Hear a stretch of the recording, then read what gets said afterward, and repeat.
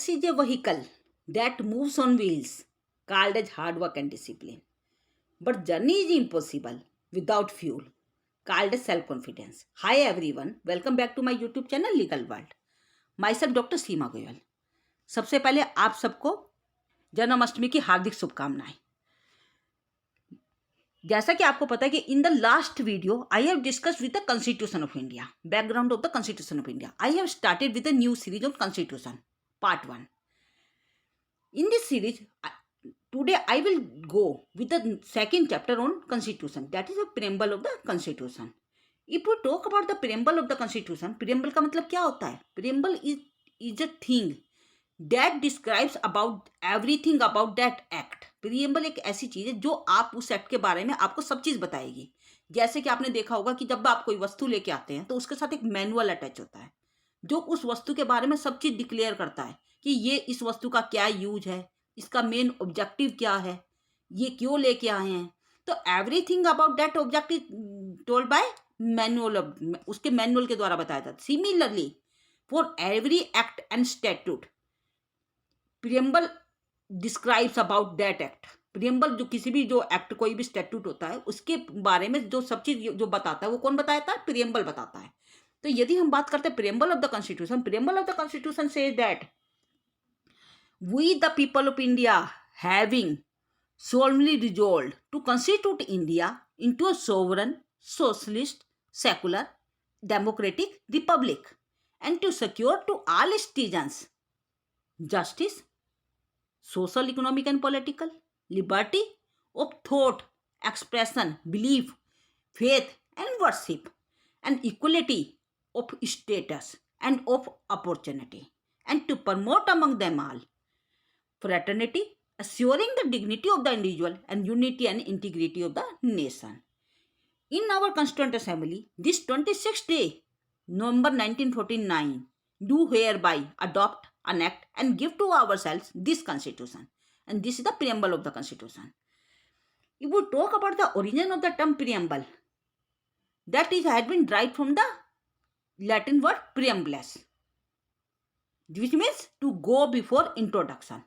यदि हम बात करते हैं टर्म प्रियम्बल की, ये जो वर्ड प्रियम्बल है ये एक लैटिन भाषा के शब्द प्रियम्बलस से लिया गया है, जिसका मतलब क्या होता है? To go before introduction. आपको उसके पहले इंट्रोडक्शन के बारे में जानना होगा. जैसा कि आपको इस वर्ड के ओरिजिन से क्लियर है कि यहाँ पे जो वर्ड प्रियम्बल है, जो हमारा जो एक्ट है उसके बारे में क्या क्या डिफाइन करेगा. It describes about the introductory statement of the act, purpose of the act, philosophy of the act, principles of the act and ideas and aspirations of the act. These all are discussed by the preamble of that act. If we talk about the draft of the preamble of the constitution, as we know, draft of the preamble of the constitution is also known as objective resolution. जैसा कि मैंने आपको last video में बताया था कि हमारी जो कॉन्स्टिट्यूएंट असेंबली की जो थर्ड मीटिंग हुई थी, in that third meeting on 13 December 1946, objective resolution was presented by our first prime minister पंडित जवाहरलाल नेहरू. पंडित जवाहरलाल नेहरू जी ने हमारा जो ऑब्जेक्टिव रिजोल्यूशन था वो कॉन्स्टिट्यूएंट असेंबली की थर्ड मीटिंग में पेश किया था. और वो कब हुआ था? 13 दिसंबर 1946 को. तो यही ऑब्जेक्टिव रिजोल्यूशन जो है ना, ये प्रियम्बल माना जाता है आज के टाइम में. इसी को प्रियम्बल कहते हैं. So this means draft of the preamble of the constitution is generally known as objective resolution, and this was presented for the first time in constituent assembly in the meeting of the constituent assembly on कब पेश किया गया था? 13 दिसंबर 1946 को. किसके द्वारा? Pandit Jawaharlal Nehru, who was our first prime minister. जैसा कि हम जानते हैं कि ऑब्जेक्टिव रिजोल्यूशन हमने पेश तो किया है 13 दिसंबर 1946 को, but it was adopted by our constitution on 22nd January 1947. 22 जनवरी 1947 को ये जो ऑब्जेक्टिव रिजोल्यूशन जो था इसको हमारे प्रियम्बल के रूप में, हमारे कॉन्स्टिट्यूशन के प्रियम्बल के रूप में इसे मान्यता दे दी गई.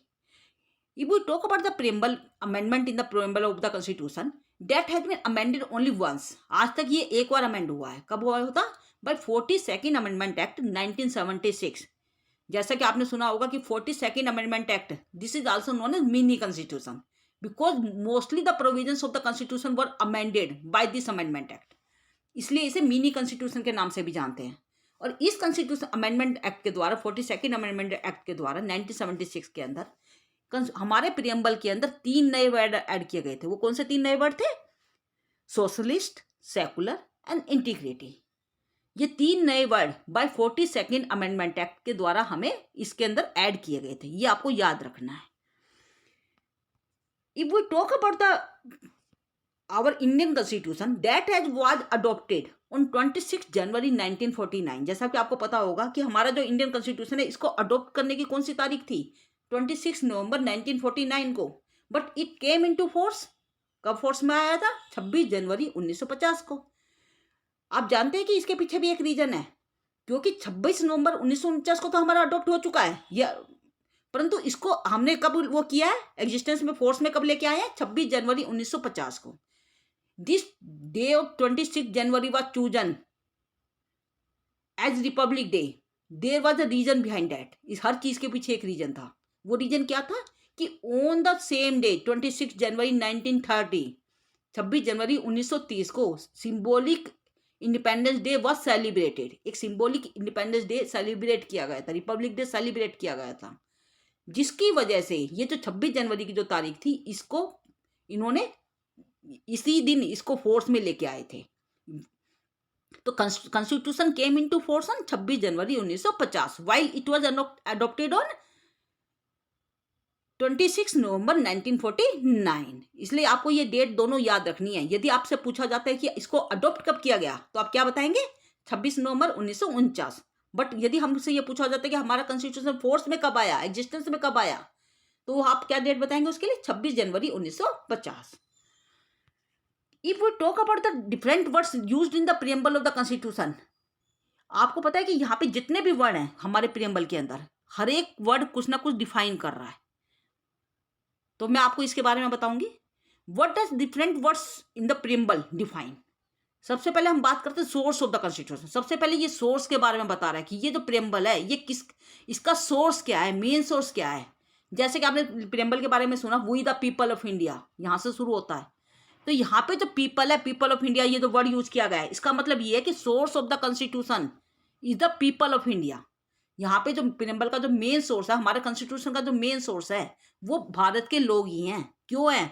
जैसे कि आपको पता है कि जो कॉन्स्टिट्यूएंट असेंबली बनाई गई थी वो लोगों के द्वारा ही बनाई गई थी, और वो लोगों के बिहाफ पर बनाई गई थी, और लोगों के बिहाफ पर ही कॉन्स्टिट्यूएंट असेंबली ने हमारा कॉन्स्टिट्यूशन ड्राफ्ट किया था। जनरली हम ये इसलिए हम ऐसा कह सकते हैं कि यहाँ पे जो मेन सोर्स है कॉन्स्टिट्यूशन का, that is the people of India. वो कौन है? हम भारत के लोग ही हैं। तो यहाँ पे जो सोर्स है वो पीपल ऑफ इंडिया ही कहा जाएगा। If we talk about the nature, there are 5 words used in the constitution, जैसे कि आपने पढ़ा है, sovereign, socialist, secular, democratic, Republic.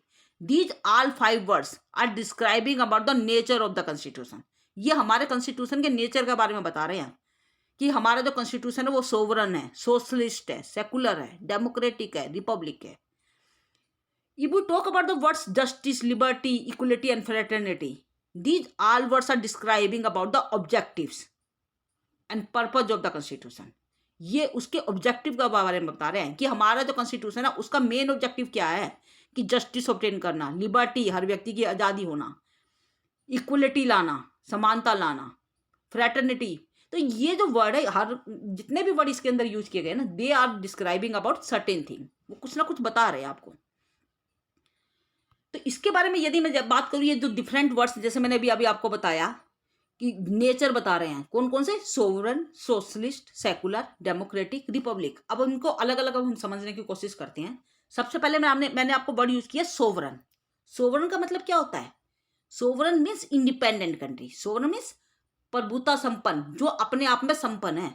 That is not depend on others, जो दूसरों पर डिपेंड नहीं है। तो दिस मीन्स यदि हम बात करें इंडिया की, तो इंडिया इज इंडिपेंडेंट कंट्री। इसका मतलब क्या हुआ कि India is internally supreme. Internally यदि हम देखें तो जो इंडिया है वो इंटरनली सुप्रीम है, एंड एक्सटर्नली इंडिपेंडेंट। इंडिपेंडेंट मतलब वो किसी पे, मतलब किसी के ऊपर डिपेंड नहीं करती, वो अपने आप में इंडिपेंडेंटली काम कर रही है। एंड नो एक्सटर्नल इंटरफेरेंस, और उसके अंदर कोई बाहरी शक्ति उसके अंदर इंटरफेरेंस नहीं कर सकती। तो सोवरन के वर्ड क्या बताता है? सोवरन का मतलब क्या हुआ कि जो हमारी इंडिया है वो इंडिपेंडेंट कंट्री है, वो देखा जाए तो भारी रूप से किसी के ऊपर डिपेंड नहीं है, और उसके जो जितनी भी शक्तियां हैं, जो पावर है, उनके अंदर कोई दूसरी पावर जो है, कोई दूसरा देश जो है वो हस्तक्षेप नहीं कर सकता, इंटरफियरेंस नहीं कर सकता। That is the word sovereign. If we talk about the socialist, socialist आपको मैंने अभी बताया था कि this word was added by the 42nd amendment act 1976, जिसको मैंने अभी आपको बताया था मिनी कॉन्स्टिट्यूशन के नाम से भी जानते हैं। तो इसके द्वारा इसको ऐड किया गया था। और आपको पता है कि ये वर्ड क्यों ऐड किया गया था? Because there was the inspiration by Pandit Jawaharlal Nehru and Mahatma Gandhi. तो जो महात्मा गांधी थी और जो पंडित जवाहरलाल नेहरू थे, वो कहीं ना कहीं सोशलिस्ट जो फिलोसफी है उससे प्रेरित थे, और उन्हीं से प्रेरित होकर ये जो सोशलिस्ट वर्ड है इसके अंदर ऐड किया गया था। तो word socialist word added by the 42nd amendment act 1976 by inspiring the philosophy of the Mahatma Gandhi. Mahatma Gandhi ji की फिलोसफी से ही इंस्पायर होकर इसे ऐड किया गया था। इसका मतलब क्या होता है? सोशलिस्ट का मतलब क्या है? That forms the basis of the welfare state. जैसे कि हमें पता है कि इंडिया आज के टाइम में एक वेलफेयर स्टेट है, और जहां पर जो वेल्थ है, where the wealth is generated socially and shared equally in the society, यहाँ पर जो वेल्थ है वो सोशली जनरेट किया जाता है, मतलब वहां पे उनका जो डिस्ट्रीब्यूशन है वो इक्वली डिस्ट्रीब्यूशन किया जाता है। ये नहीं कि एक व्यक्ति तो बहुत मतलब पैसे वाला और एक मतलब वहां पे जो डिस्ट्रीब्यूशन किया जा रहा है एक मतलब वो सोशलिस्ट पैटर्न अपनाया गया है, सामाजिक पैटर्न अपनाया गया है। तो सोशलिस्ट का मतलब क्या हुआ कि एक वेलफेयर स्टेट। इंडिया हमारी क्या है? एक वेलफेयर स्टेट है, और वहां की जो गवर्नमेंट है वो लोगों के कल्याण के लिए ही सोचती है। तो this the socialist word. If we talk about the third word that is secular. Secular का मतलब क्या होता है? Secular means there is no state religion. यदि हम इंडिया के अंदर देखें, हर धर्म के लोग आपको देखने को मिलेंगे। देर में भी हिंदू, मुस्लिम, सिख, ईसाई, और सब एक छत के नीचे रहते हैं। तो यहाँ पर यदि हम बात करें इंडिया के रिलीजन की, तो यहाँ हमारा जो स्टेट है उसका कोई एक सेपरेट रिलीजन नहीं है। हम ये नहीं कह सकते कि इंडिया के अंदर मुस्लिम ही रह रहे हैं या हिंदू ही रह रहे हैं या सिख रह रहे हैं। यहाँ हर धर्म के लोग आपको देखने को मिलते हैं। तो this means there is no state religion and all the religions are equally respected. या जितने भी धर्म है सबको बराबर का रिस्पेक्ट दिया जाता है। And all the citizens are allowed to practise, profess and propagate any religion. और भारत के अंदर जितने भी नागरिक है सबको अपने मर्जी का धर्म मानने का, उसको प्रोफेस करने का, उसको प्रोपेगेट करने का पूरा अधिकार है। तो this is the word secular. धर्म निरपेक्ष जिसे आप हिंदी में कहते हैं। तो धर्म निरपेक्ष मतलब कोई धर्म आपका एक फिक्स धर्म नहीं है, आप अपनी मर्जी का कोई भी धर्म अपना सकते हैं। If you talk about the word democratic, democratic में ये भी जैसा कि मैंने अभी आपको बताया था, this word was also added by the 42nd amendment act 1976। यदि हम बात करते हैं वर्ड डेमोक्रेटिक की, this is the combination of two words, demo plus cracy. मतलब क्या है? डेमो मतलब पीपल, और डेमोक्रेसी मीन्स रूल, मीन्स लोगों का राज, पीपल्स रूल। मीन्स यहाँ पे जो गवर्नमेंट है वो लोगों के द्वारा चुनी गई सरकार काम करती है और लोगों के लिए काम करती है। It means people of the India elect their government by the system of universal franchise system. Universal franchise system का जैसे आपने पढ़ा होगा कि यहाँ पे one man one vote system चलता है, कि हर वो व्यक्ति को एक वोट देने का पूरा अधिकार है। वहां पे कोई उसके आधार पे, किसी भी आधार पे उसके अंदर भेदभाव नहीं किया जाता, चाहे वो प्रेसिडेंट हो या वो प्राइम मिनिस्टर हो या वो एक आम नागरिक हो। सबकी एक ही वोट है और सबका मतलब सबका बराबर का अधिकार है। जिसकी उम्र 18 साल या उससे ऊपर की है तो उसको वोट देने का पूरा अधिकार है। तो this is known as universal franchise system. और यहाँ पर जो ये जो सिस्टम है इसी के द्वारा हमारे लोगों की जो हम जो लोग हैं वो अपनी सरकार को चूज करते हैं। इसी को डेमोक्रेसी कहा जाता है। तो यहाँ लोगों के द्वारा चुनी गई सरकार ही काम करती है। This is known as democracy. तो in India there is democratic government. If you talk about the next word that is republic. Republic का मतलब क्या होता है? In republic the head of the state is elected representative. Republic मतलब जहां पे जो हेड ऑफ द स्टेट होता है, जो हमारे पूरे जो देश का जो हेड है वो एक इलेक्टेड रिप्रेजेंटेटिव होना चाहिए। इलेक्टेड का मतलब हमारे द्वारा चुना जाना चाहिए। Note the monarch, note the hereditary monarch. जैसे कि आपने पहले प्रजातंत्र में सुना होगा कि राजा का बेटा ही राजा बन रहा है। आज के टाइम में यहाँ पे इंडिया में ऐसा नहीं है। यहाँ क्या है कि जो हमारा जो इलेक्टेड रिप्रेजेंटेटिव है, that can act as the head of the state. और आपको पता है कि हमारा हेड ऑफ द स्टेट कौन है इस समय? Prime minister. And prime minister is the elected representative, जो हम लोग चुन रहे हैं, हमारी वोट से वो लोग आ रहे हैं, तो that is elected representative. In India real, जैसे कि आपको पता है कि जो रियल हेड है वो कौन होता है? Real head that is the prime minister. Real powers vest in the prime minister. जो मेन पावर है वो किसके अंदर वेस्ट करती है? प्राइम मिनिस्टर के अंदर वेस्ट करती है। वाइल द नॉमिनल हेड, यदि हम बात करें तो वो नॉमिनल हेड है दैट इज द प्रेजिडेंट, वो प्रेजिडेंट है। वो talk about the next word that is justice. Justice में न्याय, जैसा आप कह देते हैं। India seeks to secure social, economic and political justice. इनमें क्या कहा गया था कि justice social, economic and political. Social means, social का मतलब क्या होता है? Absence of socially privilege class. Means यहाँ पे आपको सोशली कोई आपको अलग से प्रिविलेज नहीं दिया जाएगा, मतलब आपके साथ कोई डिस्क्रिमिनेशन नहीं किया जाएगा on the ground of religion, caste, creed, colour, sex, place of birth. Means आपको सोशली बराबर ट्रीट किया जाएगा, आपके साथ किसी भी प्रकार का भेदभाव नहीं हो सकता, आपको जस्टिस, न्याय मिलेगा। दूसरा मैंने आपको बताया वर्ड इकोनॉमिक। इकोनॉमिक जस्टिस का मतलब क्या होता है? No discrimination between man and women on the basis of income, wealth, economic status. भाई यदि आप कहीं नौकरी कर रहे हैं या आप कहीं कहीं किसी पोस्ट पे है तो आपके साथ कोई भी डिस्क्रिमिनेशन नहीं किया जाएगा कि ये आदमी है कि ये औरत है। मीन्स मैन और there can be no discrimination on the basis of sex. Means वहां पे मैन और वुमेन के बीच में कोई डिस्क्रिमिनेशन नहीं होगा। यदि आप इकोनॉमिक जस्टिस की बात करते हैं, आपको बराबर कमाने का मौका दिया जाएगा। आपके पास जितने मौके आदमी के पास है उतने ही औरतों के पास है। तो this is economic justice. If you talk about the political justice, political justice का मतलब क्या होता है? Means all the persons without any discrimination are free to participate in the political affairs of the state. कि कोई भी व्यक्ति, मतलब चाहे वो आदमी हो, औरत हो, कोई किसी भी धर्म का हो, हर व्यक्ति मतलब उसको बराबर का पार्टिसिपेशन का मौका दिया जाता है कि आप पॉलिटिकल अफेयर्स में पार्टिसिपेट कर सकते हैं। जैसे कि राइट टू वोट की बात मैंने आपको करी कि वोट देने का सबका बराबर का अधिकार है, इससे कोई फर्क नहीं पड़ेगा कि वो मुस्लिम है या सिख है या ईसाई है। मीन्स वहां पे सबको बराबर का अधिकार मिलेगा। तो this is not a political justice. यदि आप इलेक्शन लड़ना चाहते हैं तब भी आपको बराबर का अधिकार मिलेगा। तो this is not political justice. तो जिसमें justice should be provided and there must be, किस तरह का जस्टिस होना चाहिए? Social, economic and political justice. Now come to next word that is liberty. Liberty का मतलब क्या होता है? Liberty means freedom of the citizen, कि यहाँ हर व्यक्ति को अपनी स्वतंत्रता दी जाएगी। उनको आप बांध के नहीं रख सकते विदाउट एनी लॉफुल जस्टिफिकेशन। भाई आपको यदि आपने कोई गलत काम नहीं किया तो तब तक आपको कहीं कोई मतलब आपके साथ आपको बंद नहीं कर सकता, आपको किडनैप नहीं किया जा सकता। मतलब कहने का मतलब है कि वहां पर आपके साथ कुछ भी गलत नहीं हो सकता यदि आपने कोई काम गलत नहीं किया। Police can not arrest to you without any lawful justification. यदि पुलिस वाले आपको अरेस्ट करने की कोशिश करते हैं तो वो आपको अरेस्ट नहीं कर सकते बिना लॉफुल जस्टिफिकेशन के। This is known as liberty. Liberty means आपको पूरी स्वतंत्रता है अपना जीवन जीने की, आप अपने जीवन को पूरे स्वतंत्रता के साथ जी सकते हैं। इक्वलिटी का मतलब क्या होता है? It means no one in the society enjoy special privilege. यदि हम सोसाइटी के अंदर देखें कि किसी को स्पेशल प्रिविलेज नहीं दिया जाएगा, all will be given equal opportunity, सबको बराबर का मौका दिया जाएगा। This is known as equality without any discrimination. If you talk about the word fraternity, fraternity का मतलब क्या होता है? Feeling of brotherhood in the country. Means यहाँ पर जो जितने भी लोग रहते हैं, चाहे वो हिंदू हो, सिख हो, ईसाई हो, सबके सब मतलब एक भाईचारे के साथ रहेंगे। This is known as fraternity. यहाँ पे जो ब्रदरहुड है उसको बढ़ावा दिया जाएगा। तो all these words that were used in the preamble, ये सब वो वर्ड थे जो आपके प्रियम्बल में यूज किए गए हैं। यदि हम बात करें प्रियम्बल, ये जो प्रियम्बल है क्या ये हमारे कॉन्स्टिट्यूशन का पार्ट है?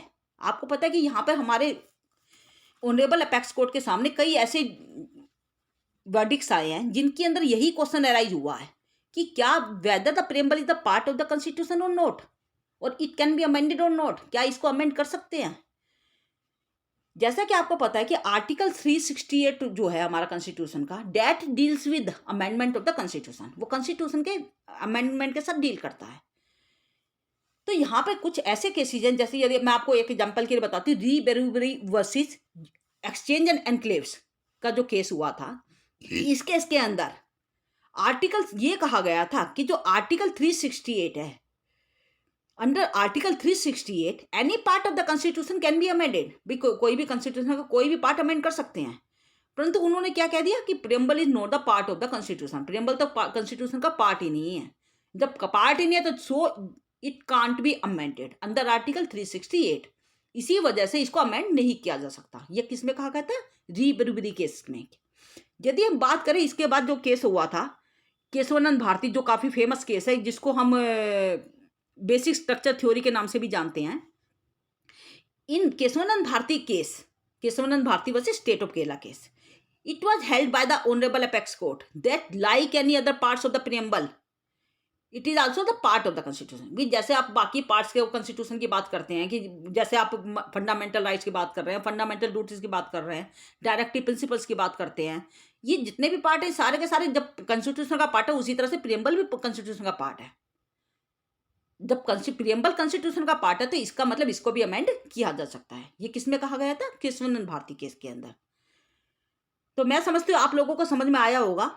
If you have any doubt put down in the comment section and don't forget to like, share and subscribe my channel. Thank you.